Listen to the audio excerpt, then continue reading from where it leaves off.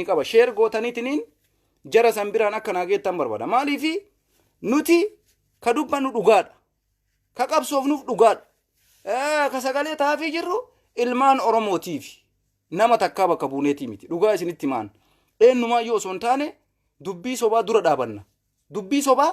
dhaabanna ani har'a oluma ka'eetiniin nama tokko sababa malee waan jedhuun jiran ani kafaa'oo irraa jaan qabu dhugaa isinitti maan kafaa'oo miti kafaa'oo yoo oromoo dalage kafaa'oo waliin dhaabadha garuu ani paartii kafaa'ootii miti paartiin kamuu ka ummata oromooti dalagu paartii oromooti paartii oromooti so is good paartii oromoo hundaayyuu ka ummata oromooti dalagu ka saba oromoo kana dubbatu waliin dhaabadha sheer godhaatiniin aslii tolchaa Huseen dubbii isa dhumaa walitti himnee addaan gallam dubbii isa dhumaa walitti himnee marti keessan zeeroo teessan funyaaniin marattanii akkasitti addaan dhaabanna malee amma booda sobaan abbaa feetan nama tokko ka qabsotti hin jirre fuutanii qabsaayaa godhuu hin dandeessan nama qabsotti hin jirre tokko fuutanii qabsaayaa godhuu hin dandeessan wanni waggaa 27 har'a deebi'een dhufu isinii galee kanaafi dubbii dhugaa walitti himnaa sheerii naa godhaa hundi keessa warra ijala jirtan sheer godhaa yoo diqqaate nama 2,000 3,000 barbaada ergaa jajjabduu aslii tolchaa Huseen gammachiis gurbaa jedhamu tokko jira innis hurrii gaara cilaaloo atis na dhageeffadhu dhugaa ergaa siifis asuma keessa jirta atis biyya Jarmanii jirra wal arguu dandeenya walittis dhufnee yaada wal jijjiiruu dandeenya hurrii gaara cilaaloo na dhageeffadha wanni gandummaa wal ijaarree deemnu hin jiru wanni gosummaa wal ijaarree deemnu hin jiru wanni akka zarii walitti aannuun akka firooma walitti qabnuun wal ijaaranii deeman hin jiru qabsoon oromoo qabsoo oromooti firoomni waan biraati zaroomni waan biraati oromoo wanni isinii galuu qabu firri waan biraa qabsoon waan biraa jaalalli waan biraa wanni biraa waan biraa har'a ani dhugaa rabbiititti asliin akkuma isinuu beeytan yeroo baay'ee dhiin isaan dalagu yoo naman arrabsin dhugaa walitti himnamaa asliin yoo naman arrabsin dhiin isaan hojjetu akka waan horarii moo maal jettan sila ka dhiiga namaa dhuuxu sanin beeytaniimi bineensa namuma ta'ee ka dhiiga namaa xuuxu horarii jettanii moo maali fiilmii akkasii san laaltanii aslii jechuun akkasi ilma namaa ta'ee dhiiga namaa dhuguu qofa bakka inni jiraachuu hin danda'u yoo dhiiga namaa dhugin yoo ilma namaa kanan arrabsin yoo naman diqqeessin qaamni isaa jismiin isaan dalagu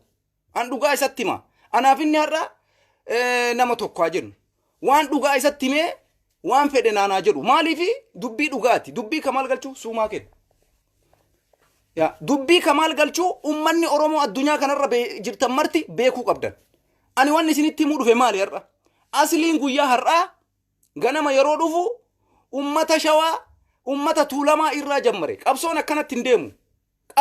akkanatti hin deemu tokkoffaa kamaal galchuu irraa dubbataa jira kamaal galchuuti sagalee tahaa jira kamaal galchuuti gurmuu tahaa jira meeqoo yani kasi gaafadhu aslii osomaa waliin arrabsine osomaa waa waliin takka waliin hin jenne Jawaar Mohammad haga hidhame ji'a meeqa Jawaar Mohammad haga dhufee mana hidhaa seene ji'a meeqa ji'a lama qulqulluu fixee sadaffatti deemaa jira sii galee kamaal goota bergaadeer jeneraal kamaal galchuu goota jenne goota jettaniimi Jawaar Mohammad ji'a 5 hidhame ji'a 2 hidhame ji'a 2 kana keessatti bergaadeer kamaal galchuu maal dalage mee waan inni dalage waliin lafa nuu kaa'ee kamaal kana godhe irratti maa duultanii sababa malee irratti hin duulinaa maal isin godhe namni kun jechuun duratti kamaal kana nuu godhe ummata oromooti akkana sagalee ta'e haga Jawaar hidhame waan akkanaa godhe jetteetini waan akkasii lafa keettamoo oluma kaatee dhuftee goota kamaal galchuu gootummaa isaa mormaan jirru nuti dhageeffadhaa tolchaa Huseen ati aslii dhiin isin dalagu dhugaa sitti mati yoo naman arrabsin dhiin isin dalagus hin dalagu dhiini kee abadan si dhaabatana fakkaate ciccire sin dalagu amma nama arrabsitu dhabdee addunyaa kanarra soyxee achi soyxee dhabdee eessumaan namni dhufee waanaan jedha akkamumatti nama arrabsu argadha ka jedhu halkanii guyyaa riba dhabde aslii ati horarii jechuudhaati bar bineensa jechuu ati namaa miti tiiree wayii na fakkaataati dhugaa rabbiititti qaama bineensotaa wayii keessa galuuf deemtaati akkamitti dhiiga namaa dhuydu malee jiraachuu hin dandeenyeesi nuti sobaanii miti ka waliin deemnu ati dhageeffadhu har'a waa meeqa waliin laayite tokkoffaa nam tokko miidiyaa irratti yoo si affeeruu dhabe miidiyaa irratti maanan affeerre jechaaf nama san diqqeessuu hin qabdu dhageeffadhu ati kadiiroo elemoo madaaluu miti takkaa waa'ee eegee dubartii gabaasuun alatti kalee dheengadda waa'ee qabsoo gadi baatee dubbachuun kee an dhugaasitti maasli waa'ee qabsoo gadi baatee dubbachuun kee kalee dheengadda kanaan duratti guyyaa barbaadde viidiyoo dhalaa guyyaa barbaadde maaliyyoo kana nutti mul'isaa turte akkamitti ol kaatee kadiiroo elemoo maaliif waa'ee jawaar gabaasa maaliif galgalaa ganama waa'ee jawaar dubbata maaliif waa'ee jawaar kana haasaa ka jedhu kadiiroo elemoo tirratti maaliif duultame namni kun si arrabse guyyaa takka kadiiroon si qeeqe nama mataa malaaxaa anin fedhu nama gana haasi ganuka har'a oromoo hojjetaa jira bar waan kadiiroon boriif iftaan dalaguun beeytanii oromoo isin hin beeytu yaa banii adam waan boriif iftaan kadiiroon elemoo dalagu beeytu akkamitti oluma kaatanii namni malaaxaan naan ta'uu namni mataa malaaxaa qaraayyuu gantuudha hangaasaa fudhadhaa jaafar alii fudhadhaa fakkeenya nama kumaatama keettanii kadiiroon elemoo sa'a kanatti ummata oromootiif jawaar muhammadiif galgalaa ganama namni sagalee tahaa jiru isa ati akkamitti oluma kaatee yoo dhiinni kee nama nyaattu malee siin dalagin nama miskiina nama nagayaa mararratti duultaati isa biraan tartee dubartii zaaraa fakkeenya fudhatteeti zaaraa kaddaama jetteen kaddaama mana arabaa jirtu shaqaalaa ana dhiisanii jara affeeranii jedhe waan gaarii dalagi miidiyaa irratti si affeeruun duratti miidiyaa kadiiroo irratti dhiyaachuun duratti miidiyaa OMN ijoollee san affeere argeen beekuan miidiyaa OMN zaaraa deebisee ijoollee dubartii oromoodhaaf sagalee ta'an kana affeere an argeen beeku an dhugaasitti maasli dhageeffadhu atis arsii anillee ijoollee masikkoo mandooti garuu qabsoon akkanatti hin socho'u yoo namni fira keetii tuqame yoo kaatee shaaqaa bante yoo namni abbeeraa keetii tuqame yoo ati Abiyyi Ahmad maa arrabsita galgalaa ganama maaliif arrabsita Abiyyi barreeffama keessa nama mee barreeffama kee irra deebi'i dubbisi ijoollee nama guddatti afaan hin baninaa nama guddaa irraa gadi bu'aa jedhaa jirta hayyee Abiyyiin Ahmad ijoollee akka keetiitti sabiyyiidha Abiyyiin Ahmad sabiyyummaa isaatiif arrabsaa jirraanu daa'ima si fakkaata Abiyyiin Ahmad ka galgalaa ganama nu arrabsinu kuni ilmoo sabiyyii sitti fakkaate qabsoo oromootiif diqqeessaa jirra bar Abiyyiin Ahmad dhaabataanis gootummaanis bareedumsaanis kamaal galchuuti gadhii miti wanni gandummaan hin barbaachisu arsooma maaliin hin jiru qabsoon qabsoo Abiyyii diqaalaa jedhaanii kamaal galchuu nama guddaan arrabsina kamaal nama guddaan tuynu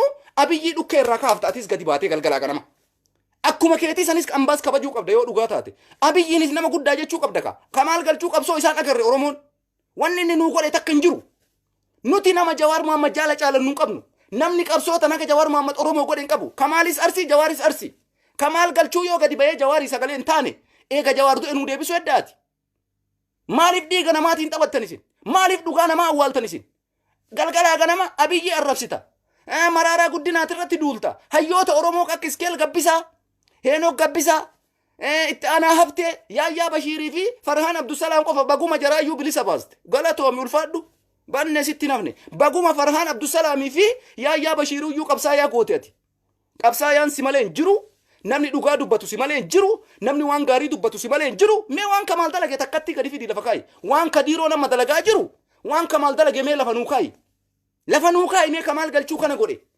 maaf irra duultu waan akkanaattu jira kamaal galchuu kamarra paartii isaa diigeetiniin paartii biltsiginnaatti dabalame kanaa miti moo yoo nama abbeeraa keetii ta'e tuqamuu hin qabu yoo moo ilma gosa keetii ta'e tuqamuu hin qabu no yoo akkasi gandummaan jiraate gandummaan nutti himaa warri kaayiroo kun tolchaa Huseenii fi asliin gandummaan deeman dhugaa isinitti himan har'arraa kaasnee nullee Abiyyi Ahmad irratti hin duullu akkana taanan dhugaa isinitti himan Abiyyi Ahmad har'arraa kaasee Abiyyi Ahmadin arrabsuan kamaaliin nama guddaa gootee Abiyyi diqqeessuu hin qabdu ati si galee maraaraa guddaa diqqeessaa Daawud Ibsaa diqqeessaa kamaal galchuutiin goota jechuun hin barbaachisu yoo arrabsitaa wali qabaa arrabsa yoo diqqeessitaa wali qabaa diqqeessa ani yoomuu dhugaa dubbadhee du'a soba akka keessanii walitti dhayaan beeku wanni arsii jimma jedhu hin jiru harargee wanni jedhu hin jiru Abiyyiin Ahmad qabsoo oromoo dinnaaniin diqqaa guddaan arrabsaa jira namni kun her'a maal ta'e Abiyyiin ijoollee si fakkaata nama waggaa 42 bar nama guddaadha bar umrii yookaan kamaaltu caala yookaan Abiyyi caalan beekamu yoo kamaal galchuutiin nama guddaa irraa gattaa jettu kana Abiyyiinis nama guddaa jettee kabajuu qabda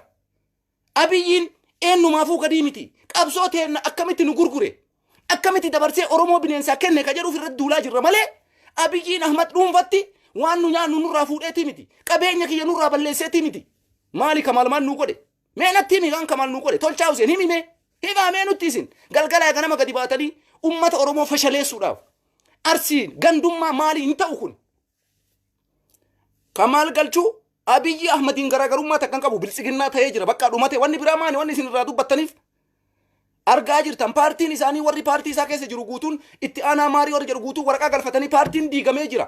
Har'a ati gadi baatee akka waan Kamaal Galchuutitti bilbilee jira.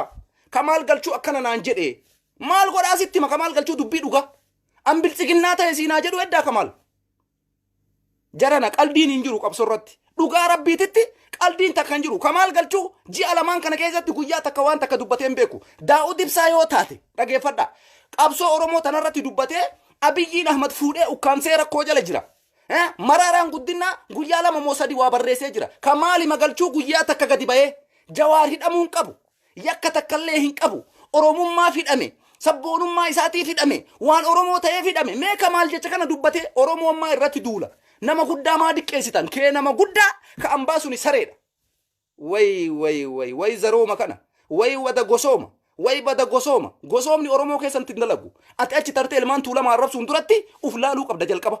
Dhiini keessa hin dalagu ati asli horariidhaati. Dhugaasitti maa bineensa nama hin jedhamtu ati. Nama arrabsitee barbaaddee nama arrabsitu yoo dhabde walitti qabdee addunyaa maralaa ta'u. Ijoollee shamarranii miskiina kaddaama jettee maaliif arrabsita dhala? Shaqaalaa jettee kadiiroo elemoo waan inni komatuuf yaa Oromoo dhagaame miidiyaa irratti na affeeruu didee. Affeerraa naa godhuu didee. Ijoollee shaqaalaa Arabaa guurtee miidiyaa irratti hin dhiyeessini. Maasitu korsaa kadiiroo elemoo? Shaqaalaan si gaafateetii miti barka Facebook irratti bahee sagalee Oromoo ta'aa jiru. Dubartiin ati diqqeessitu suni siif jedhanii siin mari'ataniitii miti gaafa Facebook irratti bayanii ummata isaaniitii sagalee tayan asli ati nu haa jajjuu fi karaa irratti ati nu haa qajeelchituu fi waan akkanaa waan asliin jedhe malee hin dubbannu. No, siin mari'ataniitii miti namni kamuu Facebook akka banateef yaada isatti fakkaatu mataa isaatiin lafa kaachuufi ati achi tartee ijoollee shamarranii shaqaalaa walitti qabee yoo biyyatti deebisan ta hidhatti duutu yoo maaltu si ga'e situ dhaqee hidhaa baasa hin dubbattu waa'ee keeti. Maaliif ilma namaa muuduu bineensa moo namaati aboo galgalaa ganama bakka yoo ilma namaa kanan arrabsin dhiini sin dalagu yoo naman xiqqeessin dhiini sin dalagu kuni qabsoo fi miti gandummaadha dhugaa isinitti himna gandummaa jedhama kun. Kamaal Galchuu dhugaa takka nuti dubbatee hin beeku guyyaa takka gadi bahee haga hiyyuun keenya nurraa hidhame sagalee nuu ta'ee hin beeku haga manni keenya ummanni sikkoo mandoo dhumu arsii lixaa keessatti akka ummanni gadi reeffi isaa gadi lafatti tuulamu guyyaa takka gadi bahee nuu dubbatee hin beeku yoo kanan ta'in ar'arraa kaastanii Abiyyi Ahmad irratti hin duulina wallaahi asli ar'arraa kaastee siifi tolchaan Huseen waan takka waa'ee Abiyyiin gabaasina waa takkatti isin gandummaaf deemtan gandummaa akka keessaniin jiru ar'arraa kaasee Oromoon marti dubbii tana baruu qaba aslii fi tolchaan Huseen gandummaa qabdan dhugaa isinitti himaan gosummaa wani dalagu takkaan jiru arsii yoo taate Jawaaris arsii Kamaal Galchuu maal nuu dubbateetiniin maaliif nutti faarsitaati nama guddaan arrabsina. Kana makaanii nama guddaa miti sareedha galgalaa ganama gadi baatee akka barbaaddetti hattuu akkasii jettee arrabsita. Har'a kee maaliif kabajja? Kamaal maasii godheetiniin Kamaal goota gooteeti. Gootummaan isaa waggaa 27ti. Haga biyyatti deebi'ee waggaa lamaan kana ji'a lamaan kana keessatti ummata keenya intarneeta irraa cufanii duman. Kamaal Galchuu mana hidhaa seenee. Kamaal Galchuu to'annaa seeraa jala oolee. Poolitiin takka isa qabee seera dhiyeessee. Maaliif ati Oromoo dubbatteedhanii Kamaalii hidhamu gartanii Oromoo mee dhugama dubbanna waliin sobnu dhuguma eega qabsoo Oromootitti jiraanne Kamaalii Galchuu qabamee seeraaf dhiyaatu agartanii namni har'a Oromoodhaa dubbatee sagalee ta'e nam tokko namni badhee jiru hin jiru aktiivistii dabalatee ilmaan Oromoo qaqqaalii dabalatee maalitti waa'ee Kamaalitti jiru beeka asliin har'a gadi bayeetiniin ilmaan Oromoo sabboontota Oromoo hayyoota Oromoo ka galgalaa ganama ummata isaatii sagalee ta'aa jiran irratti duulta yaa banii Aadam dhiini keen dalagu. Dhiinummaan kee dalagaa dhugaa rabbiititti asli ansi gaafadhaayyuu yoo naman arrabsin yoo naman diqqeessin yoo akka waraabessaa naman nyaatin dhiini keessin dalagu nama moo bineensa maraan maramuu qabdaati dhugaa sitti himaan maraan maramuu qabda oluma kaatee lafaa kaatee naman arrabsin lafumaa kaatee mee ani waa takka na gaddisiise dhugaa rabbiititti mee amma jarri amma inni hayyoota jedhee harroota jedhee arrabsu kuni iskeel gabbisaa itti aanaa haftee warra kanneen jechuudha ummanni kun maal godhaa jira haga danda'etti Jawaarii sagalee ta'aa jira kaleessallee yoo taate kana caalaa wanni isaan godhuu danda'an hin jiru ummanni kun ammoo Oromoon gadi bahee hiriira bahee galgalaa ganama falmataa jira maaliif ummata kana hamilee cabsa mucaan kun isin harroota maaliif je'an kadiiroo elemoo fudhadha kadiiroon elemoo amma maaltu isarraa hafemee Oromoo dhugaa walitti himna asliin kadiiroo elemoo maaliif arrabsa waan miidiyaa irratti affeeree si affeeruun barbaaduu jedhee inni dide jechaaf jecha tana qofaaf akkamitti ijoolleen dubartii na caaltee ijoollee shamarranii kadiiroon affeerraa godhaaf ka jedhu hinaaffaa tanaaf qofa kadiiroo irratti dubbate asli wallahi an dhugaa isinitti himaa yaa Oromoo. Ani har'as boris dhugaa waliin dhaabadha. Kamaal galchuu yoo taate ka asliitii miti ka tolchaatii miti. Oromoo guutuu bakka bu'a malee Arsii bakka bu'eetii miti Oromoof ka qabsaa'u. Kanallee beekuun isinirra jiraata. Isin har'a yoo Kamaal galchuu keessan godhattanii gosooma keessaniif, gandummaa keessaniif, arsummaa keessatti gosa keessan Kamaal ta'e gosa kennaa nama kennaan tuqinaa jedhaa nutti himaa malee akka Oromootitti jettanii hin deemina. Ila dhugaa walitti himna. Akka Oromootitti gaafa ta'e hunda isaa walitti qabdanii nama paartii bilisiginnaa waliin dhaabbatu irra duuluu qabdan.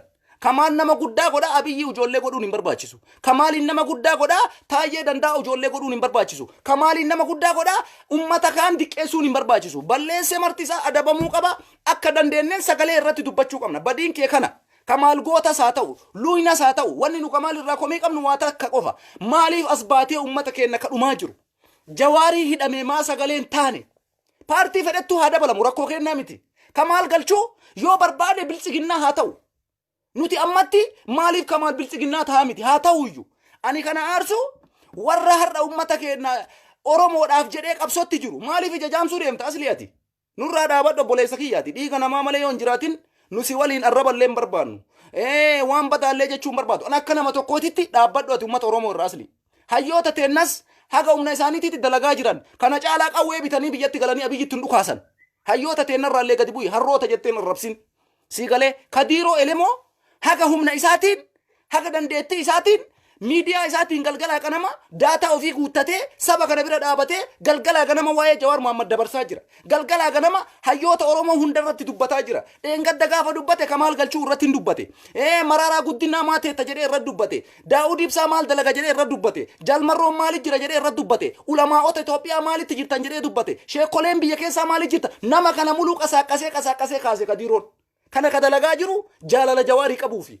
Jaalala Oromoo qabuufi dhugaa Jawaar irraa qabuufi dhugaa kaleessa Jawaar Oromoo dalagesan galchuudhaafi atillee yoo dhugaa rabbii jaalala diqqishuma wayii Kamaal ka Jawaar Mohammadii qabaattu taate har'a waan har'a jette san irra deebitee jechuun qabdu ture. Ijoollee shamarranii tanas hamilee jaraa cabsuun qabdooti. Kaddaama jechuun hin qabdu. Kaddaama feete yoo taate biyya ambaa keessa namni deemu marti kaddaama. Ati Kamaal dalagaa jirta mee amma? Ati amma mee maal dalayda asli masalan? Jarri kaddaama mana Arabaa keessa galtee kaddaama jettee ijoollee shamarranii ka galgalaa ganama saba ofiitii sagalee ta'uudhaaf haga humna isaanii iyyan kana hamilee jaraa cabsaa jirtaati. Shamarran tanaa yeroo kaddaama jirtu atis biyya ambaa keessa jirta shaqaalama jedhamta bar. Akkuma jaraa san shaqaalaa kaddaama jechuun nama dalagatee bulu badii biraan qabu. Yoo jaraan akkas jettu san atis uf laaluu qabda maal akka hojjettee bulaa jirtu. Ani Kamaaliin jibbaa isaa irraan qabu. Kamaal garuu Oromoodhaa gadi bahee sagalee ta'uu qaba. Saba Oromoo kanaa gadi bahee dubbachuu qaba. Yoo isin har'a Kamaal galchuu osoo waa takka ummata Oromoo kanaan godhin irra ka dhaabattan taate ija ummata Oromootitti bu'uuf deemtan. Gandummaa isin fakkeessaa illee dubbiin kun. Gandummaa isin fakkeessa. Tokko arrabsaa tokko jaalachuun hin ta'u. Qabsoo jechuun takkattiidha. Nama Oromoo irraa garagalee hunda isaa jala deemuu qabnu nu. Abbaa fedhe haa ta'u maali nam tokko maan nu godha Oromoo. Akkuma reefii Kadiir martuu isiniin jedhaa jiru Kamaal galchuu nama tokko. Yoo nu ganes yoo nu waliin jiraates homa takka nurraan hir'isu. Abiyyiin qaras nu ajjeesaa jira. Yoo har'as Kamaalitti dabalame homaa rakkoo hin qabu. Kamaal galchuu Abiyyi keessa taa'ee Oromoo dalagaaf hin dalaguu sun waan biraati. Garuu isin nuti sa'atii ammaa kanatti ji'a lamaan kana keessatti Kamaal galchuu irraa waa takka argeen beeku. Kanaaf isa komadha. An Kamaaliin luuyina isaan jechaa hin jiru. Dhageeffadha. Kamaal galchuu luuyina isaan jechuufi miti. Garuu ji'a lamaan Jawaar hidhame kana keessatti isin har'a wanni boottanii diqqaa guddaan maraattanii maaliif namni kun nu hiikamne? Imbaasii ambaa wanni cufaa jirruuf nuti Jawaar Mohammad hidhaa baasuufi. Jawaar Mohammad mana hidhaatitti akka rakkoon irra hin geenneefi Kamaal galchuu har'a waan kana gadi bahee dubbate. Guyyama takka Kamaal galchuu mootummaan Itoophiyaa dhiittaa mirga namoomaa mootummaa gara mootummaa abbaa irreetti deemaa jira. Waan kanarraa of sirreessuu qaba jedhee guyyaa takka Kamaal galchuu dubbate. Hin dubbanne maa waliin dhaabattarree isin? Maaliif irra dhaabattarree isin? Gorsuu qabda yoo jaalala isaa qabaattan. As bahii dubbadhu abboo uummanni si komate. Achi tartanii Daawud arrabsuu. Achi tartanii paartii biraa arrabsuu bilisiginnaan namni dabalame martuu isinii tokko. Abiyyi illee rakkoo biraatiif diqqeessaa hin jirru. Waan biraa isarraa dhabneetii miti. Saba Oromoo maa gurgurtee dabarsiteedha. Har'a warri Abiyyitti dabalame hundi isaa ija Abiyyi laalamuu qaba malee Kamaal galchuutiin nama guddaa jedhaa nama biraa arrabsuun Rabbi birattis nama birattis isin gaafachiisa. Isinii galee yoo ammoo Oromummaa qabsaayaan jiraanne yoo gandummatti jiraattan nutti hima.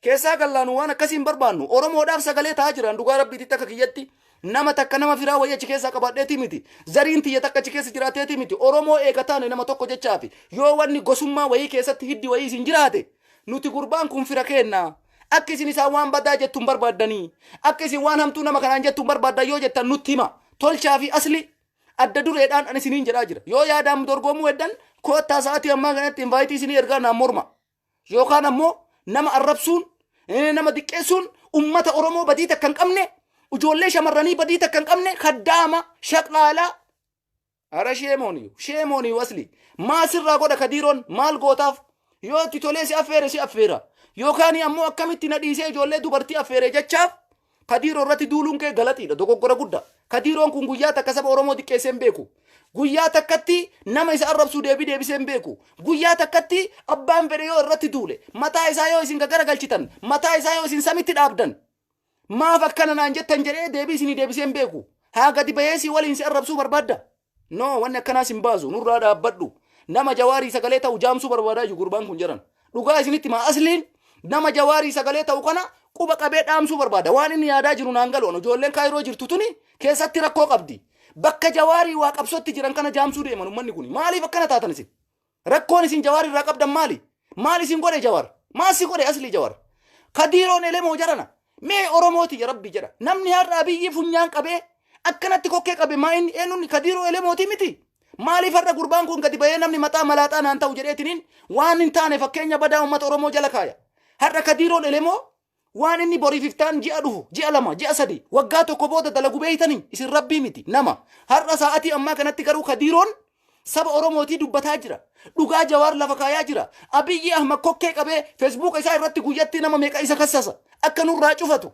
akka nurratti hin dalayne akka nurratti hin dubbanne ingiliffaan afaan maraan yuutuubiidhaan guyyatti yeroo lama sadi deebi'eetiniin akka jawaar mahammad mana hidhaatii bahu namni galgalaa ganama ifaajaa jiru kadiiroodha asliinoo dhaqee bakka tana tuqamee ilaalaa mucaa kana xilaata jawaari ati mataan kee asli xilaata jawaar tokkoffaan asliidha dhugaa isinitti maan ikki jiba akkanaan gadi bahee afaaniin iyya malee rakkoo jawaar irraa qaba ummanni kun tolchaa Huseenii fi asliin akka jawaar rakkoo keessa galu barbaaddi dhugaa walitti himnaanu taa waan akkanaan barbaannu maaliif ishii nama jawaarii sagalee ta'u irratti dubbattaati sababa tokko dhiyeessuu dandeessaa gowwaan isin innaati bada sababa takka dhiyeessuu dandeettanii sababuma takkatti kadiiroo elemoo badii kana qaba hayyoonni oromoo badii kana qaban dubbataa jiranii qawwee qabatanii biyyattiin galan kana caala haga danda'aniin qaama seerri ilaallatu waliin ummata biyya alaa waliin qophoo goranii waan danda'amu godhaa jiran isin ammoo akkamitti kadiiroon jawaar irraa sagalee ta'a akkamitti kadiiroon waa'ee jawaar dubbata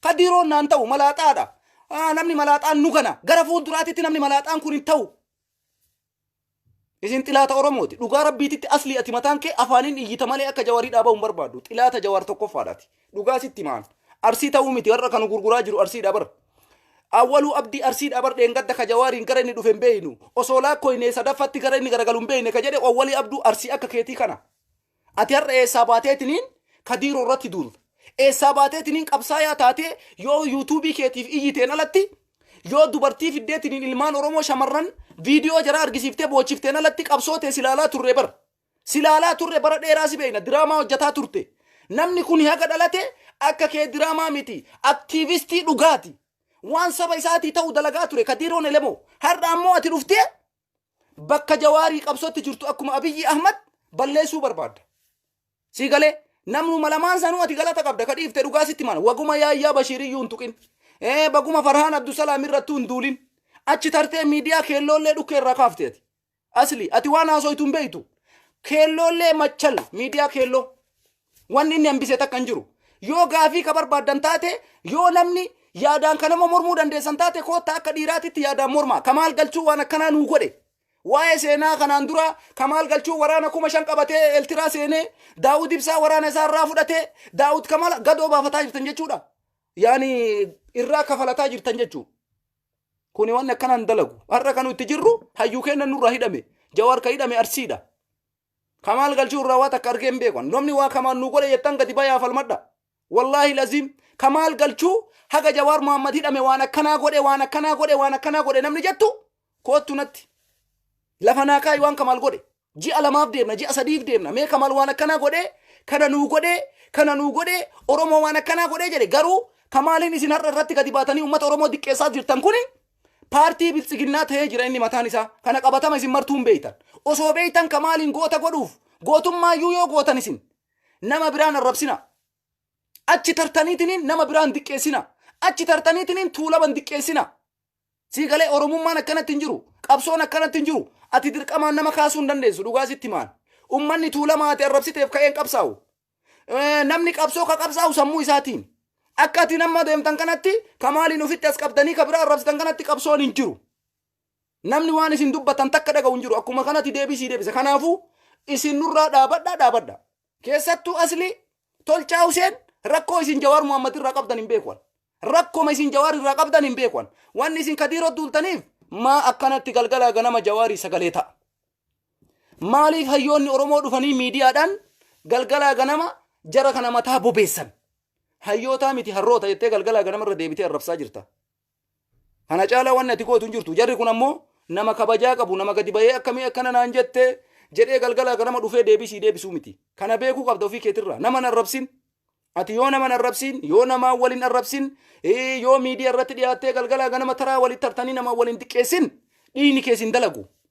Dhiini kees hin dalagu. Kanaafi har'a bakka meeqa dhayitee ati? Bakka meeqa? Tuulama dhayitee, ijoollee shamarranii bira dhayitee kaddaama jettee muchul gootee, Kadiiroo Elemoo bira dhayitee malaaxaan kun nuun ta'uu kijibaadhaan hin jaaladhuu jettee achi tartee hayyoota Oromoo harroota gootee garasitti dhaba gootee.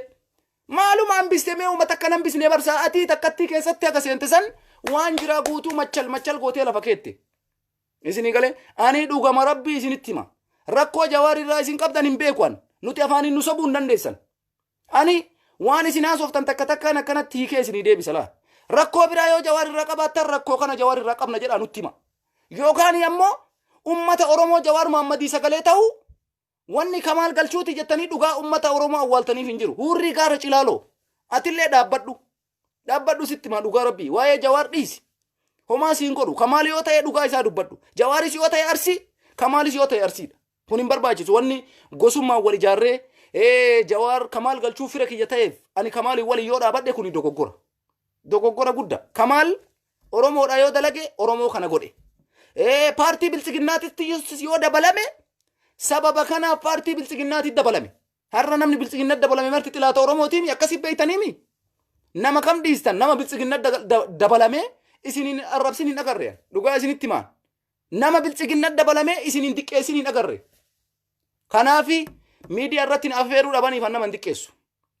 Ani miidiyaa tokko irratti affeeramuu hin barbaadu. Miidiyaan qaba akka barbaadetti asii yaada kiyya isinii dabarsa. Maan na fayyada dhaqeetiin OMN irra dubbadhee keelloo miidiyaa irra dubbadhee maan naa godha jedhana waan akkanaa yaadu akka kiyyatti asliin amma Kadiiroo Elemoo kanaa jedhee xilaata godhate. Maaliif ijoollee shamarranii affeerana dhiisee ka jedhu Kadiiroon xilaata ta'e.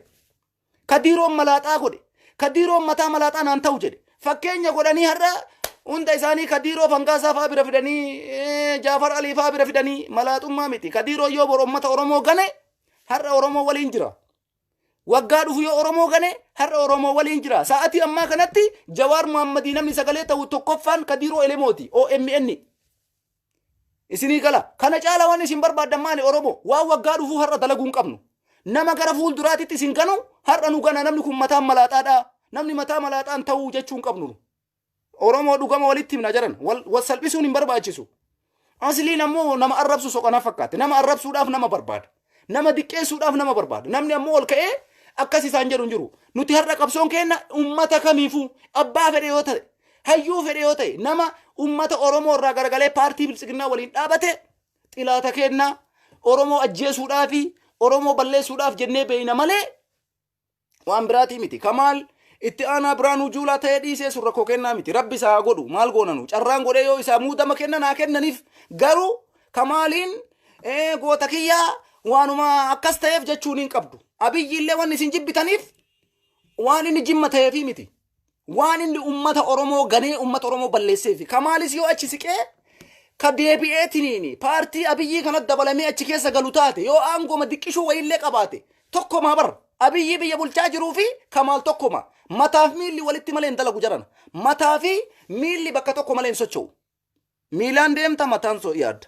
Harkaan sochoota kun yoo walitti hin jiraanne ta'u. Abiyyi yoo ka jaratti dabalameetiniin aangoo wayii ka argatu taate Kamaal galchuu wanni isin kamaaliin hin xiqqeessina kamaaliin akkasin jedhina kamaal goota fedhe yoo ta'e yoo paartii sanit dabalame xilaata oromooti akkasi beeka oromoon nama oromoo balleessaa jiru keessaa tokkoffaan biltsiginnaadha paartiin biltsiginnaa ummata kamiifuu xilaata kanaafi yaada takkatti nama takkaaf lama invaayitii nama erge kana sii deebisee waa'ee kana asliin dhaabbachuu qabdaa ummata oromoo diqqeessuun adaraa sirraa haa dhaabatu nama oromoo dalagaa jiru kana nama ummata oromooti dubbataa jiru kana irratti hin qalladina irratti hin qabsaayin qabsoo kee yoo barbaadde waan biraa irratti godhi maaliif ummata diqqeessinan maaliif ummata hayyuu har'a jawaari sagalee ta'u jiru kana irratti duul kuni waan nun barbaachifne dhugaa rabbiititti har'arraa kaastanii waan akkanaa nurraa dhaabuu qabdan kamaal galchuu nama tokko dhaqee paartii sanittis yoo dabalame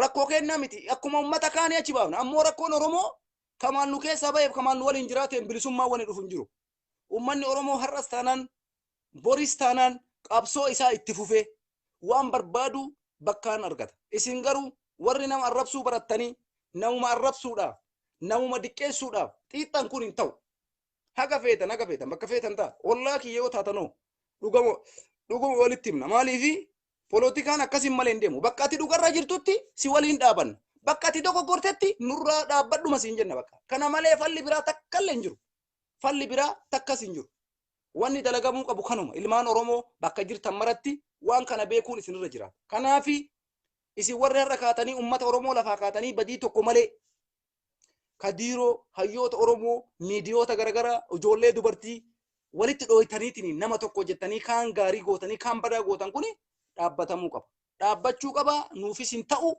biyya saniifis hin ta'u namni bayee biltsiginna dabalame biltsiginnaadha jedhama bakka dhumatee wanni biraa maa inni dhumatee jira deebisuun wanni biraan jiru dhumatee jira dhumate yoo yaada qabaattan naa ergaa lakkoofsa tokko nama takkaaf lama isin keessummeessa waa'ee yaada kanaa irratti waan baay'ee illee haasa'uun barbaadu garuu akkaataan itti jarri deemaa jiran kuni wallahi gaarii miti anachi taree saba biraa arrabsuun duratti waan itti nama arrabsuuf san lafa kaa'uun barbaachisaadha waan itti nama diqqeessuuf san lafa kaa'uun barbaachisaadha sababa tokkoon ala ol kaaneetii miti nu abiyyi arrabsaa jirru ol kaaneetii miti abiyyi ahmad irra duulaa jirru waa malee miti jechuudha sababa qabna wanni abiyyi waa jedhaa jirruuf waattu jira gatii inni saba keenya gurguree ummata keenya balleessaa jiruuf abiyyi ahmadii waa jedhaa jirra malee abiyyi ahmad waan biraa osoo akka gaafa awwalaa dhufe saniin ummata oromoo waliin inni jiraate namni isaan waa jedhu hin jiru kamaal galchuu hayyee xayyib ji'a lamaan kana keessatti hayyoonni teena hidhaa jiran oromoon dhumaa jira agartanii guyyaa takka isaa gadi bahee tumaanii oromoon akkanaa ta'u jedhu miidiyaa guutee jira kara fedheenuu dhufee dubbachuu danda'a feesbuuka isaatiin waan tokko barreessee maxxansuu danda'a kuni marti waan hin jirre kanaafi qaldiin hin barbaachisu waan kana sirriitti gadi hubachuu qabdanii hayyoota oromoo ilmaan oromoo hundarratti duuluun nurra haa dhaabbatu kanaafi dubbii dhugaa waliin jennee addaan deemnaa jechuudha wanni an amma isinitti himeef an dhugama isinitti himu abbaa fedhee yoo ta'e an oromoof qabsaa'aa jiru bifa namaatii miti bareedumsa namaatii miti gosummaa laaleetii miti gandummaa laaleetii miti ummata oromoo hunda isaa anaaf tokko jimma dhalatee arsit dhalatee baalee dhalatee boorana dhalatee gujii dhalatee oromoon kutaan 11 anaaf tokko nama badii qabu ka dhufanii akkanaan irratti duulan kamiyyuu irratti hin dubbadhu dhugaa jirtu lafa kaaya soban dubbadhu soba hin barbaadu nama tokko oluma ka'ee yookaan haa namni lalaaluuf yookaan haa namni waan akkasii godhuuf dachii balleessuun hin barbaachisu kuni waan hin barbaachifne kanaafi dhugama jirtu walitti himnee wal amansiisutu barbaachisaa takka maal ammoo yeroo gabaabduu keessatti ol baati dubbiin akka isin jettan san kamaal biltsiginnaa ta'uu baatee ol baati wanni ammaa barjarana hin turtu oluma mul'atti kamaal yoo paartii sanitti dabalame ol baati dubbiin yoo paartii sanitti hin dabalaminis ol baati asoo dubbii paartii masanittuu dabalamuu baatee oromoon kamaal irraa komii qaba dhibbaan dhibbatti kamaal galchuu irraa jechuudha ummanni oromoo komiin nuti irraa qabnu kamaal galchuu ummata keenya kamiidhamaa jiru hayyoota keenya kanurraa hidhame sagalee nuun taane gadi bayee waa takka nuun dubbanne kanaaf isa komanne komachuus qabna dirqama kaleessa barnaamni kun warra paartii oromoo ta'eetiniin bakka tokko dabalamuudhaaf oromoo tokko kamaal jechuudha Hello. Halo.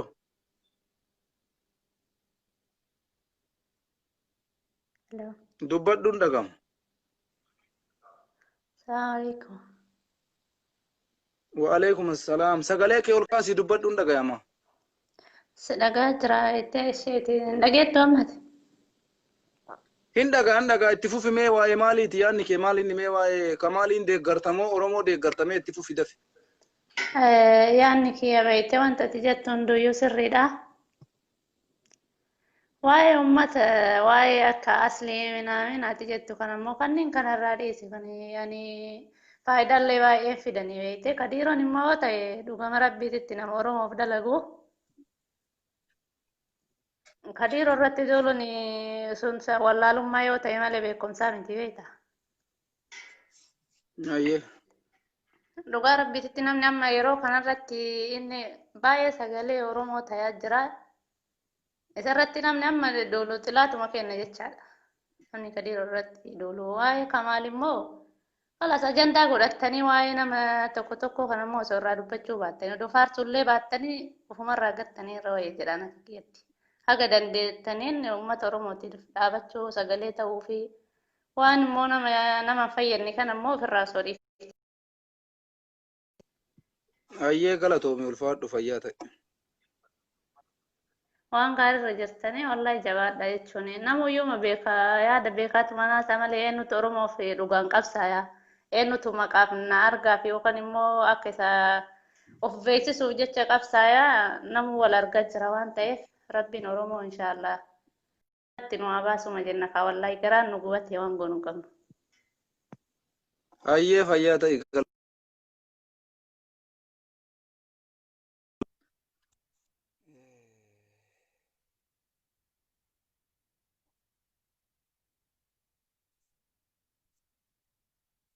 Kanaaf yaa Oromoo dubbiin akkasi. Dubbii dhugaa walitti dubbachuun barbaachisaadha. Nama kamuyyuu biltsiginnaa namni daggafu xilaa ta'e ka jedhame bakka xilaata. Namni paartii sanitti kalaa'ee paartii san waliin dalagu eenyumaafuyyuu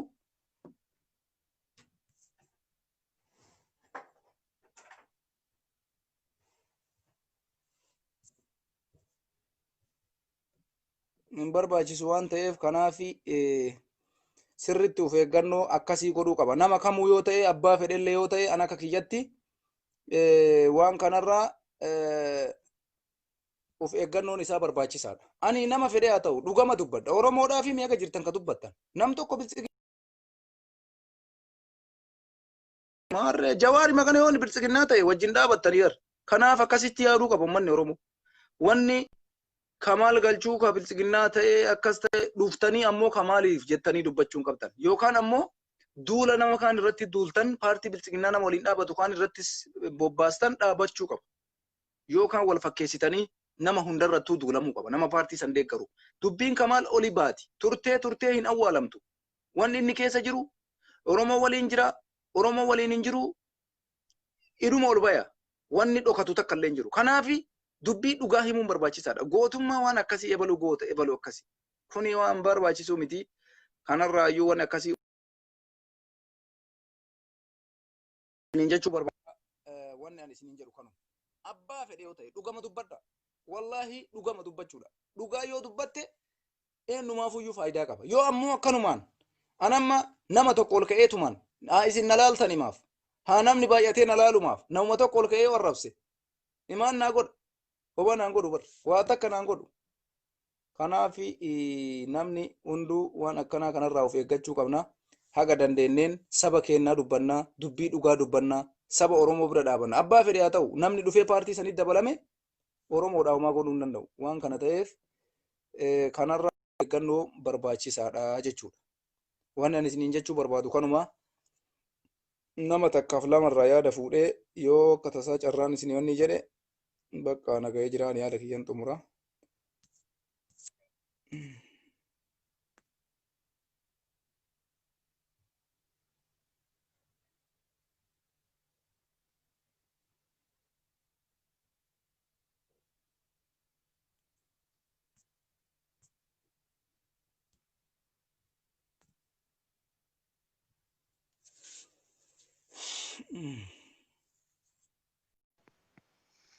الو احمد. Halo, halo, halo. Mee itti fufi daqiiqaa akkana takkaaf lama wayii waa'ee amma haasa'aa jirru kanarraa ergaa waan qabdu waan sitti fakkaate. دران درسي السلام عليكم سنجدة. Waalaikum assalaam jenne. yaanni kee baay'ee gaariidha beeyta, yaanni kee sirriidha. Sagalee uummata kee kun baay'ee gaariidha, sirriidha. Ajandaan ati irratti dubbattu ajandaa Kamaal Galchuu kana natti fakkaate. Kamaal Galchuu soo nama tokko natti fakkaate beeyta. Namni tokko mirga qaba. Bakka fedhetti galuu mirga qaba, gara fedhe deemullee mirga qaba. Garuu uummanni Oromoo maaliif ajandaa godhatanii kan irratti haasa'anii? Qunna gara maal qabaa? Hiika maal qaba? Hiika hin qabu wanni akkanaa kun beeyta. Hiika na qaba natti fakkaatu. Aslii yoo fudhanne aslii arrabni isaa summiin deema beeyta.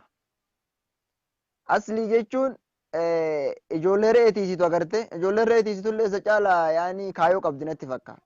Wallaalaadha. Maaliifuu? Bakka ija namaa ta'u hayyoota namaa deemee arrabsa. Kaddaamaa jedha. Kaddaamaan bar waan ufii dalagatteetiniin sagalee uummataa tayaa jirti. Hadha lubbuu ufii gurguratteetiniin. Osoo beektu rakkinni fi osoo beektu waan isii qunnama osoo beektu hunduratti. Maaliif namni dhugaa qulqulluu saba isaatiif dubbatee yoo du'e seenaallee hin qabu beeka. Hacaaluun hin du'e miti. Dhugaa dubbatee hin du'a bar namni hin duune hin jiru. Garuu ati dhugaa yoo dubbattee bakka feetetti yoo duute wanna takka wanna si qaanfachiisu akka hin qabu. Asliin isaa fi ijoolleen kuulloo tokko. Kuulloon eenyu faarsiti? Jimma. Sii galee inni illee kanuma isa jedhi. Amma itti dabaluun barbaadu tokkoffaa duraan illee hurrii akka calalloo tokko waan akkana haasan gandu hin barbaachisu waan akkana so sirrii miti. Kamaal Galchuu sittiin fiddaa eri haaseenu bakka fedheyyuu. Garuu yeroo kana maaltu harkaanuu qaba? Diina harka jirra. Hin dhagamaami sagaleen kiyya? Yaa sirri dhagama. Garuu yeroo kana maal harka jirra? Diina kana harka akkamitti baanaa? Hadda obboleessi keenya du'aa jira biyya keenyatti. Abbaa keenya du'aa jira. Obboleettii keenya du'aa jira. Kanaaf sagalee ta'uu qabna malee ajandaa godhatanii waan hin taane ajandaa godhachuun hin barbaachisu. Eenyumaafiyyuu hadda dhugaa dubbanne Kadiiroon wallaahi dhibbaan dhibbatti isa Caffee Raamizii, Yaayaa Bashiir fa'a, Farhaan Abdusalaam fa'a hadda wanni miidiyaa kanarratti ummata bilxiginnaa mataa sochoosaa jiru ummata kaniin jedhee yaada. Isinillee dabalatee jechuudha. Kanaafiyyuu ummata akkana sagalee walii ta'u kana wal xiqqeessuun barbaachisu. Maa wal tuffanna nuyi? Yoo wal tuffatan gaariin ta'e wal tuffachuun barbaachisu. Dhugaa dubbachuun barbaachisaadha. Kanumaafiyyuu kana siin jedha atillee sagaleen kee baay'ee gaariidha. Waan gaarii irratti dubbataa jirta. Garuu waan guddaa gootan irratti hin dubbatina waan akkanaa kana. Akkuma waan dhageenye bira tara. Jawaar gisee namni arrabsu deebii deebisaafi hin deebisu. Kanumaafiyyuu tuffadhaa bira taraa waan akkanaa kana. Hamilee akka isin xuyu. Ayyee galatoomi ulfadhu yaanni kee bareedaa bakka nama biraa galchaa ishii galatoomi. Yalla galata qabde yalla.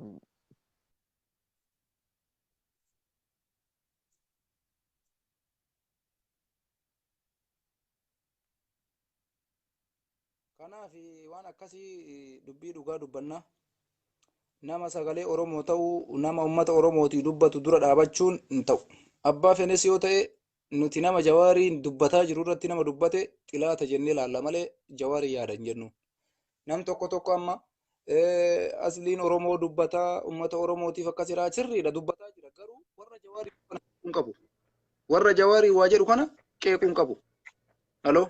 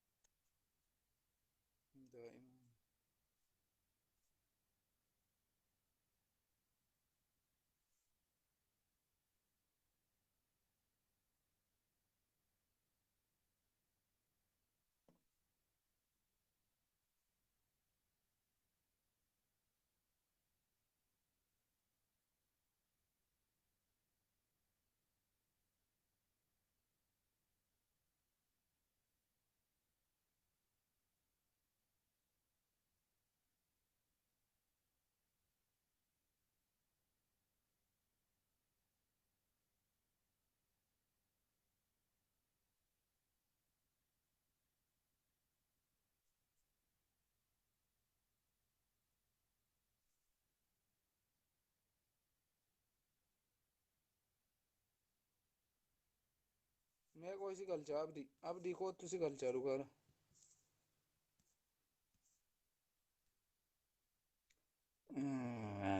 Si galchuu hin danda'u abdii. Seenuu hin dandeettu abdii silaa sii deebisa. Hin danda'amu wanni kee na jala hin jiru. Yoo ati achi invaayitii na ergite malee. Aadiin kee ka wanni an silaa sii ergu na bira hin jiru beeta. Kanaaf si deebisuu hin dandeenye. Akkas ilmaan Oromoo hundi keessan kanarratti dalaguu qabdanii. Abdii si erguu hin danda'u. Wanni achi na ergi invaayitii yoo na si bira jiraate na ergi yookaan an si galchuu hin danda'u. Akka waan aadii na jala hin jirre wayii natti fakkaata.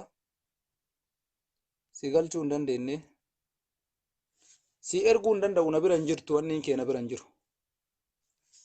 Aadiin kee jechuudha. Aadii kee yoo na bira jiraate malee si seensisuu hin danda'u. Aadiin na bira hin jirre hin beeku ani. Viidiyoon kee kaasii si ergamu hin jiru. Viidiyoo keetu hin jiru.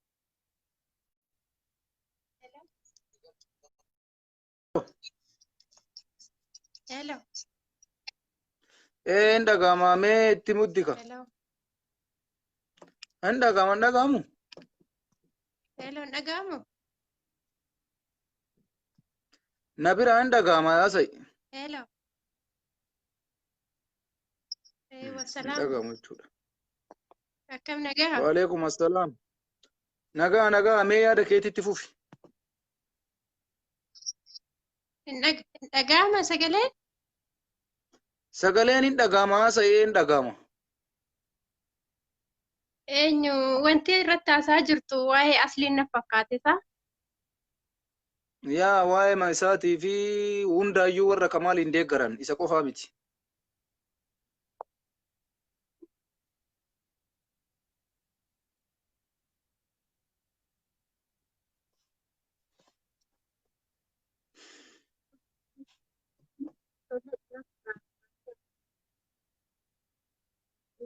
Shamarra seen irratti dhiirallee hin arrabsa. Garuu immoo har'a immoo gabbayee Kamaal galchuu nurratti faarsuun isaa kuni baay'ee garuu karaa inni deemaa jiru kanallee wal'aa naan gadde karaa bilbilinaa kana deemaa jira ta'ee karummaan inni itti deemaa jiru kunillee namaan gadu baay'isee waan nama yaaddisuuti dogongora qaba garuu sirriitti bakka kanatti isuma hunda dogongoraa deema as garuu namuma arrabsuuf gisee hunda yooma arrabuma namaatiif yookiin liibirra ba'anii yookiin koomentii argachuuf yookiin maallaqa argachuuf yoo ta'e waan biraatirraa dubbatanii bu'aa argachuu namaa wayya malee arrabsuu namaatirraan garuu nama arrabsanii namni waan tokko irraa hin ga'u natti fakkaate garuu nama xiqqeessa malee nama xiqqaan deemu natti fakkaate waan akkanaa.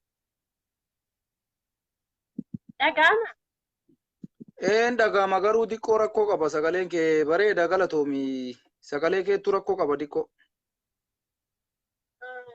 Dhaga'amu? Baay'een dhaga'amu addaan ciccita. Jechuun kanumatti jechuu barbaadetti ammoo gorsi isaallee baay'ee nama barbaachisaa garuu gorsanillee waan deebi'uudhaatti. Wanni isii baay'een dhageessisu carraa dhiiraaf haa kennamu. Carraa isinii kennine bara warra dhiiraallee isinii kenninaamee maqaa bara namuma dhiiraattu maqaa dubartii baafattanii isinii erguu hin dandeenye rakkoon sani. Nama dhiiraa baay'eetu maqaa dubartii qabaa kanaaf carraan dubartii baay'ate.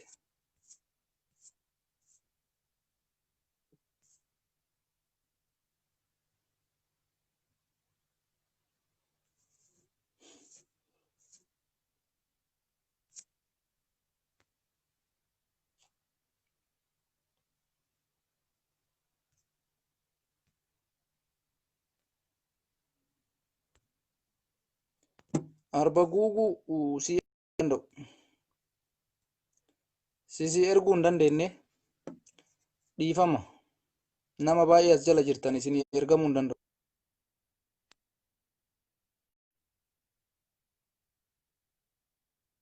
Abdii boru.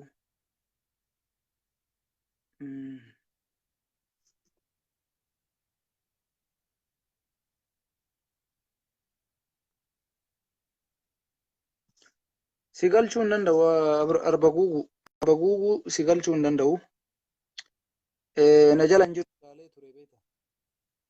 wanni keettu na jalan jirre yoo wanni kee adiin kee na jalan jiraatin si galchuu hin danda'u.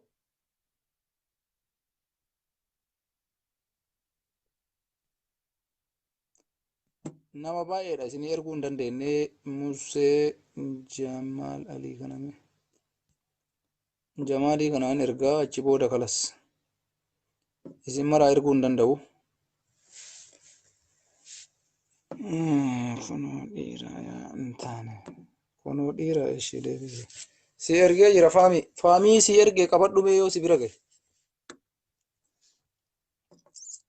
Si ergee jira faamii. Halloo. Halloo. Dubbadhu mee maali? Dhiirumaaf dubartii addaan wallaallee bara maqaan. Rakkoon qaba. Baay'inaan maqaan kun dhalaallee ni baafatti. Faamii garuu maqaan kiyyuma si'a. Itti fufi mee yeroo gabaabduu wayi. Ani immoo waa'ee isaallee osoo hin ta'in waan daqiiqaa lamaa bichaa takkatti narraa fuutee ni deemta beektaa. Gizee baay'ee liiv irratti illee baatee ni haasoftaa dasna jedhaa dhufee si ilaalaa beektaa. Ayyee. Wanni ati dhaamsa guddaa bakka namaa kennitu akka kiyyatti wanna yaade beektaa. Warra biyya Awurooppaa jiru kana gizee hedduu beektanis sirbanii beektaa. Sirba isaanii san dhugaa biyyattiin garaagaraa hogguu laaltuu jarri kun miidhamanii moo ni taphatanii jedhanii nurratti xiyyeeffannoo wahii ilaaluu danda'anii osoo wanta akkasiisan baay'inaan itti himtanii kara sirbaa dhiisanii kara dannasuu dhiisanii qabsoo isaanii nama jiru osoo ol mul'isuu hin ta'in nama du'e kana mul'isanii itti nu himtanii baay'ee natti tolaa. Ayyee. Waan akka isanii bakka wanti gizee baay'ee ana keessa kiyyatti na dhagahamu dhimma asli ammoo inni akka feeteedha osoo irrayyuu ilaaluu baattee bira kutteeyyuu dasna jedha beektaan.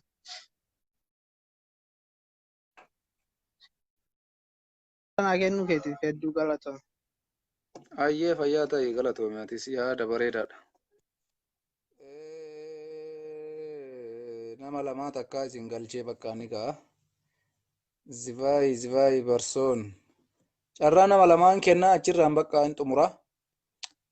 Warri Amaariffaan barreeffattan kun Amaariffa sila eessaa fidee Amaariffaan dhukkee nurraa kaasuu barbaaddaniiti moo najiisii erguu hin danda'u. Kabiraa eenyunni ergi takkitti si ergee jira carraa si ergee garuu intarneeta keetu rakkoo qaba.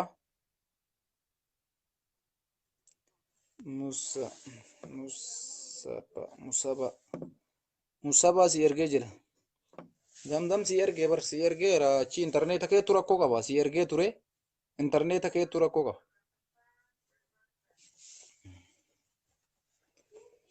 Manjaro bana jetti alangeeni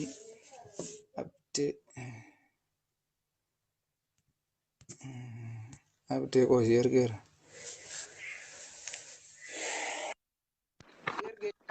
Assalamu alaikum. Bagana argite galatoome. Aboo nama akkana dafee qabatu kana wayyaa beektaa gariin nama tursiisaa itti muddi waan sitti dhagaame dubbadhuume. Galatoomii gaaslaawtu akka Oromootitti gaa Oromoon cuftinuu gadduma keessa jira. Wanni dhama dhagamu gaa Oromoo guutuu akka tokkotti haa dhagamtus hin danda'amtu. Qabsoon Oromoo ammas arra qofan eegalle qabsoon Oromoo tuni waan gartee bara nu duraa eegaltee abboottiin teenyatti dhumtee nulleen itti dabarree jirru. Wanni takka carraa kanaa kan by the way hedduu galatoomi. Haasaa okeetillee dhaggeeffachaatiin ture. Haasawa aslillee karraa muramee asirra deddeemaa ture tokko dhaggeeffachaa ture malee laalle. Haala yeroo amma deemu jiru kanaa fi haala gartee haasawa keessanii kana hogguun laale waa takkaan sima. Ani nama qabsoo Oromoo bara 1992 idaamerraa. Sigale? Deebi'ii nama kutaa Oromoo kana guutuu waliin nyaatarraa. Sigale kutaa Oromoo 11 keessaa nama waliin nyaatarraa. Akka gartee Oromootitti. Ani uumama kiyyarraa Oromoo ija takkaan laala. Oromoo kutaa cufa. Nama balleessa badii kutaa federaa haa dhalatu abbaa federaa haa dhalatu badii itti himuu danda'u nurra jira jechuudha. wanni ati hojjatte yeroo garii gize bochuu garaa kana nama deessita malee gartee waan bareeddudha. Wanni ati hojjatte keessaafu laayifiin teetaarraa tan ati hojjatte laayifii bareeddudha galatoomis hin jaa maaliif seeta Oromoo yeroo ammaan tana gandaa wal qoodaa jirti yeroo gartee asliin ol bahee kamaal gachuuti akkasitti deeggare ijoolleen jimmaalleen parsinaalii waatutti dhagema. Deebii Oromoota kutaa hundaallee waatutti dhagema maaliifi nama tokko nama kee tokko kagartee nama kana deeggaru keessa ogguu dhaabbate najisni najisum waa takka walii murree haa gallu sigale feetu Harargee ta'ii feetu Arsii ta'ii feetu Shawaa ta'ii feetu Wallagga ta'ii feetu Walloo ta'ii feetu Jimma ta'ii feetu bummaan fade eegaanii fi mootummaan Abiyyi Ahmad oofu jiru kuni mootummaa Oromoodhaan taane jettee Oromoon diinu jirtutti namni kee kaka'ee muharraan tana isaa waliin dalale sabboonummaan namni kee qabu san kagartee namni sanii hin jirtu jala murree haa walii himuu danda'uu nurra jira jechuu kiyya waan tanaafis sigale yoo hamaa taate hamaan kutaa cufa keessa jira sigale sabboonaa yoo taate sabboonaan kutaa cufa keessa jira nama tokko jennee Oromoo guutuu mataa walitti gartee addaa facaasuunis hin barbaachisu nama Oromoo dalagu jirus yoo badii qabaate dhugaatti himuu qabda malee irra duuluun hin barbaachisu namni kun bimaarree bulchuu hin danda'u namni waan khara gartee Jawaar Mohammadii fi Abdii Raggaasatii fi Budunii mana hidhaa ilmaan Oromoo kan mana hidhaa keessa jiru kana gurgurteesi nuti akka ilmaan Oromootitti namni tokko guudhamu teetirraan laga buutii Oromoon si gale teetirraan bakka saniif keeyseeti bakka isaan jiran tanaaf keeyseeti iflaaltee nama kanaa dubbachuu qabdaa jechuu si gale sabboonummaan isaan irraan tana gartee achi keessa ejjanii dalaganii sin jirtu waan tanaas walitti murree haa himnu namni irra guddaan asirratti pilisiginnaan anjaa pilisiginnaa miti an nama dhaaba qabu nama IFLoodha paartiin tiyyalleen independent democratic Oromiyaan paartii yamtii nama ibdante ammoo rakkoo Oromoodha rakkoo fi balloo Oromoodha hanqan takka dabarsee saba biraatiin kan sigalee jaalaki ati arraan tana gabbaatee kamaal galchuun jaalanna annama kamaal galchuuti waliin ture by the way Ugandaallee sigalee nama marroo beeku nama araarsoo biqilaa beeku nama gartee eenyu daawwit ibsaa beeku nama Jawaar Mohammad personally asittillee waliin nyaatee beeku soo warra ummata kana cufa beeku jechuu ati arraan tana gabbaatee hogguunii fi ummata Oromootitti gartee waan si dhagame waan si fakkaate gize himtu Oromoo hammam takka akkaanii fi sammuu isii walitti deebisaa jirtu Oromoo hammam takka Oromoo burjaajooyta akka walitti qabdee akka gartee aslii ilaaltee Oromoon gargar hin facaane yeroo ammaan tana ni beekta Oromoon qabsoo yoo ati waa takka dubbatte gol jalaa diidi ni beekta tana waan atis miidiyaa kanarraa jechuun amma yaanni kiyya beekta an amma si beeka akkatis biltsiginnaa waliin taate ati yoo gafeete biltsiginnaallee yoo taate nuti wanni Abiyyi jibbinee fakkeenyaaf ummata Oromoo kana dura dhaabateefi malee yoo har'a Kamaal dhufeetiniin biltsiginna akka dabalamu taate Kamaaliif Abiyyiin nu tokkuma wanni arsiidhaa jennee isa faarsinee Abiyyi arrabsinuuf hin jiru kanaafuu dubbiin kun osoo addaan hin bahin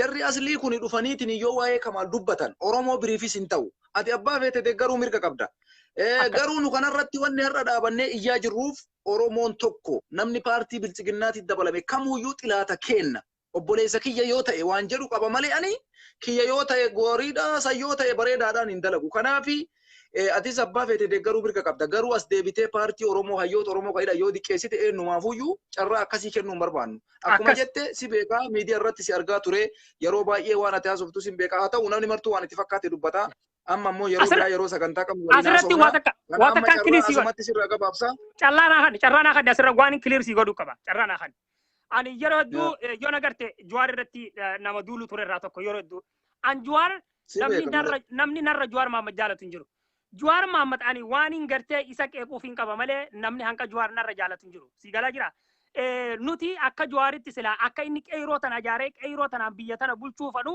akkas feena malee ummanni gartee biyya tana keessa ture warri dhaabboottiin Oromoo tuni dhaabbootti tasiitiifuu qabsoo Oromoo irra mataa wal burjaajiteessee mataa wal daammacee jirtu tanatti gurbaan fireeshiin barnootaan gartee fireesh ta'ee Oromoo tana yeroo takkatti hanqa xiqqaa tokko keessa mataa wali qabee gartee rakkoo Oromoo tana fure kana akkuma rakkoo Oromoo tana furetti kaleessa illee asii waliin marannee Jawaar akkuma rakkoo Oromoo tana furtetti akkanuma qabsoo tana fuudhii bakka hin ga'e malee gartee qabsoo Oromoo tana warra qabsoo Oromoo tana laaqaa turetti hin daamii sababaa ja'urraayi nu dhageemtee lollaan malee jibbansallee akka irraa hin qabne asiin si himuu barbaade jechuudha yaafis hin jaalladhu. Ayyee galatoomi ulfaadhu yeroo biraa walitti deebinaa fayyaa ta'e. Ayyee galatoomi nagaan naa turi galatoomi. Ayyee kanatti nagaatti.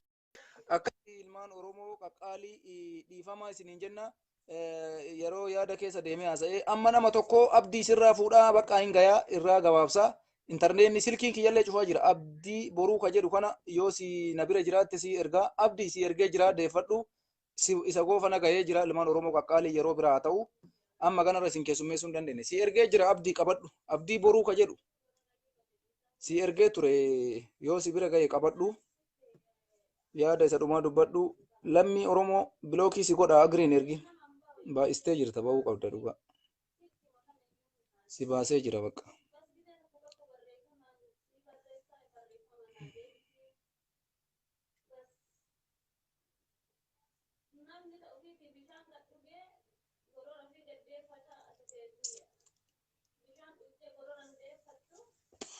Abdii kanas ni baasnaa bilook koon akka jiru na jala. Jira qabadhu intarneetni kee yoo dadhabaa ta'e irraa ba'uuf deema. Dhiifama Oromoo namni kamuu yaada isaa ibsatu irratti cuf irratti abbaa fedhes yoo inni deeggaree ani yaada namaa irraa fuudhuu qabaa akka carraa ta'e seenee jira dubbate jawaariin deeggaruu maalii waan akkasiitii miti dhiifama naa godhaa isiniin jechuu barbaadeetu uummanni Oromoo warri amma mucaa amma seene jechuudha jawaarii maalii jettaniitiin warri komii akkasii qabdan namni kamuu yaada isaa ibsatu rakkoon qabu kanaaf arina akkasii dhumataa na jalan jirtu narraa fuudhi na sirraa fuudhuu hin dandeenye bar amma sirreeffattee jirta bakka amma si ergee jira arba guuguu si ergee jira qabadhu isa dhumaati bakka isa keessummeessuu yaada isaa irraa fuudhee ni xumura hayyee salaam alaikum halo ndagam Waalaikum salam warahmatullahi wabarakatuh. Ndagama miti. Ndagama mee itti fufi yaada kee akkuma ta'e tu paartii feetes ta'ii yaada kee nadhume. Galatoomee wanti naa kennuu keetiif. Yaadni kiyya maal seeta yeroo baay'ee jechuudha namoonni kennaa ilmaan Oromoo wanti beekuu qabnu wanti nurraa eeggamu jechuudha. Namoota dhuunfaa namoota taraa namoota akka kiyyaa yookaan immoo namootuma dhuunfaa uummata akka hin beekne namoota miidiyaa irraa feesbuuk irratti iyyuu jala deemnee qeequu hin qabnu. Maali qabsoon teenya xiqqoo tanaa miti wanni nu barbaannu waan guddaadha. Wanni Jawaaris nu barsiise wanni dura bu'oonni keenya nu barsiisan waan akkanaa kana qeequun illee nu barbaachisu. Wanni guddaan nu isaanitti himnu maali? Abbaa fedhan paartii fedhan deeggaruu danda'u. Mataa kiyyarra illee qabee abbaa fedhan illee haa ta'u jechuudha. Paartii fedhanis yoo deeggaran garuu ol baanii yeroo kanatti Oromoo rakkataa, Oromoo dararamaa, Oromoo tumamaa, Oromoo ajjeefamaa jirtu irratti sa'a kanatti ol baanii nama eeguu fi nama arrabsu nurraa haa dhaabani kanuma wanni isaanitti himuu dandeenyu. Kana dhala asliin waan arsiidha. Arsii yoo ta'e kamaal galchuu arsii waan ta'eef arsiin deeggaruun Oromoon akka Oromootti cabaa jirti malee akka arsiitti yookaan akka baaleetti yookaan akka shawaatti yookaan akka harargeetti nuti asii kan qabsaa jiru ka torbaan tokko asii ani biyya London jiraadha. Kan baasii jala bullee achi dararamaa jirruuf Oromoon kutaadhaan wal qoodetee miti. Oromoon kamuu qabsoofnee wal ijaarreetti qabsaa jiru jechuudha.